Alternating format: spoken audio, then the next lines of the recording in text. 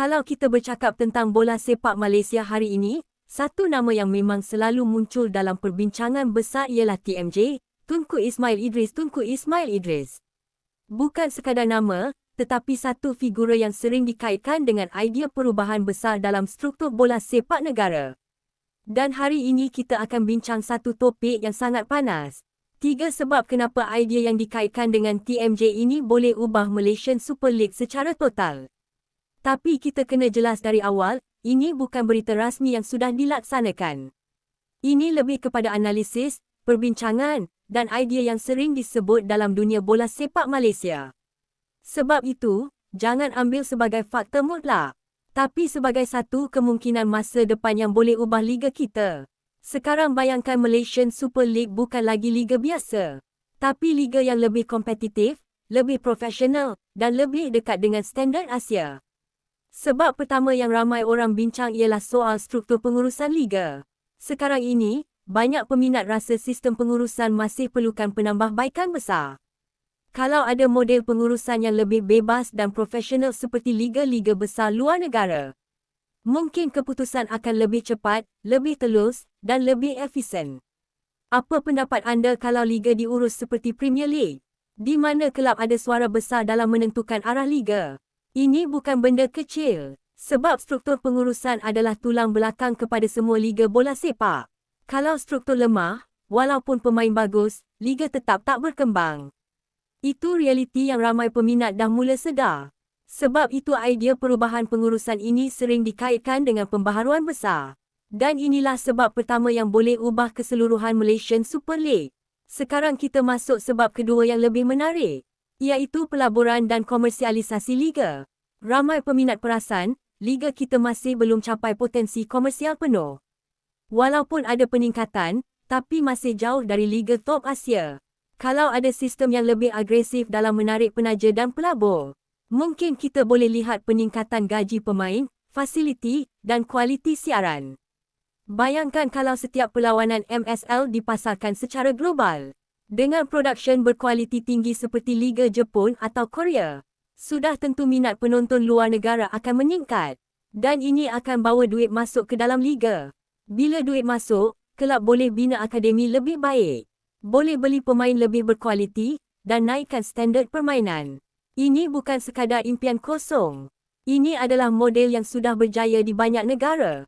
Soalan dia sekarang, adakah kita bersedia untuk perubahan macam ini? Atau kita masih selesa dengan cara lama? Apa pendapat anda? Patut tak Malaysian Super League jadi lebih komersial? Tulis komen sebab saya nak dengar pandangan anda. Sekarang kita pergi kepada sebab ketiga yang paling penting, iaitu pembangunan pemain tempatan dan sistem akar umbi. Ini bahagian yang paling ramai peminat bola sepak Malaysia risau. Sebab tanpa pemain muda berkualiti, masa depan liga akan perlahan. Kalau ada sistem pembangunan yang lebih teratur dan konsisten, kita boleh lihat lebih ramai pemain tempatan naik ke peringkat tertinggi. Bukan sekadar bergantung pada pemain import, tapi benar-benar lahirkan bakat tempatan yang berkualiti tinggi.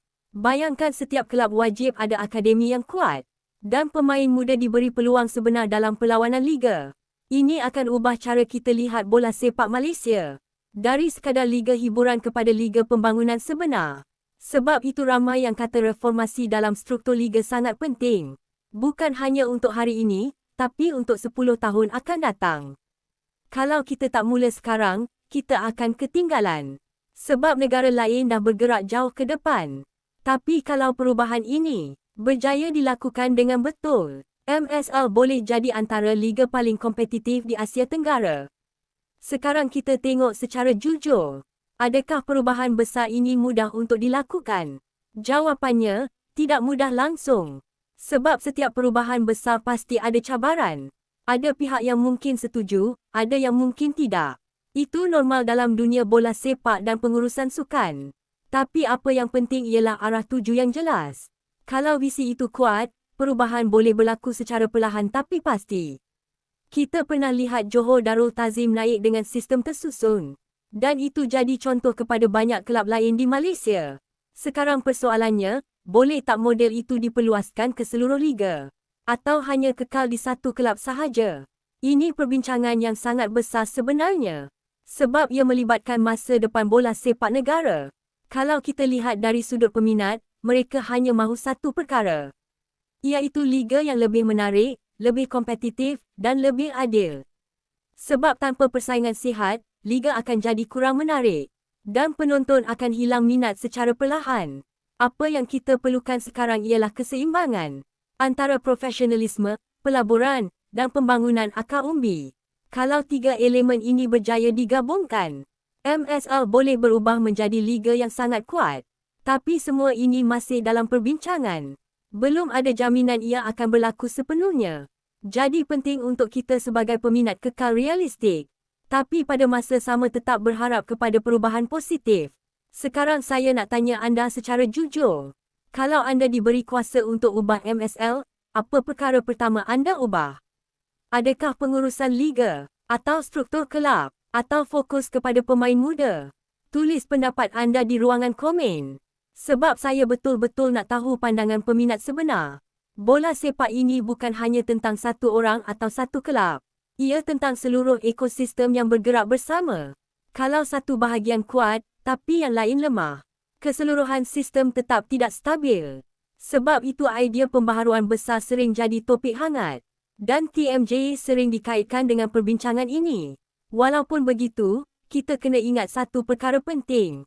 Semua perubahan perlukan masa dan perancangan rapi. Tidak boleh dibuat secara terburu-buru. Sebab kesannya terlalu besar untuk masa depan liga. Kalau kita lihat liga-liga maju di Asia, mereka ambil masa bertahun-tahun untuk sampai ke tahap sekarang. Malaysia juga boleh sampai ke tahap itu. Tapi perlu kesabaran, disiplin dan strategi yang betul. Sekarang kita sudah sampai ke penghujung perbincangan. 3 sebab utama tadi menunjukkan potensi besar perubahan. Pengurusan, komersial dan pembangunan pemain. 3 elemen ini adalah kunci masa depan MSL. Kalau semuanya bergerak seiring, hasilnya akan luar biasa. Tapi jika tidak, kita akan kekal di tahap sekarang. Apapun, bola sepak Malaysia sentiasa ada harapan. Dan peminat seperti anda adalah nadi kepada perubahan itu. Kalau anda suka analisis macam ini, jangan lupa like. Subscribe juga untuk lebih banyak update bola sepak Malaysia. Dan jangan lupa share video ini kepada kawan-kawan anda. Sebab perbincangan macam ini patut sampai kepada lebih ramai orang. Jumpa lagi dalam video seterusnya, dan kita akan terus bincang perkembangan bola sepak dengan lebih mendalam. I hope guys you enjoy this video. Please subscribe my channel to support us.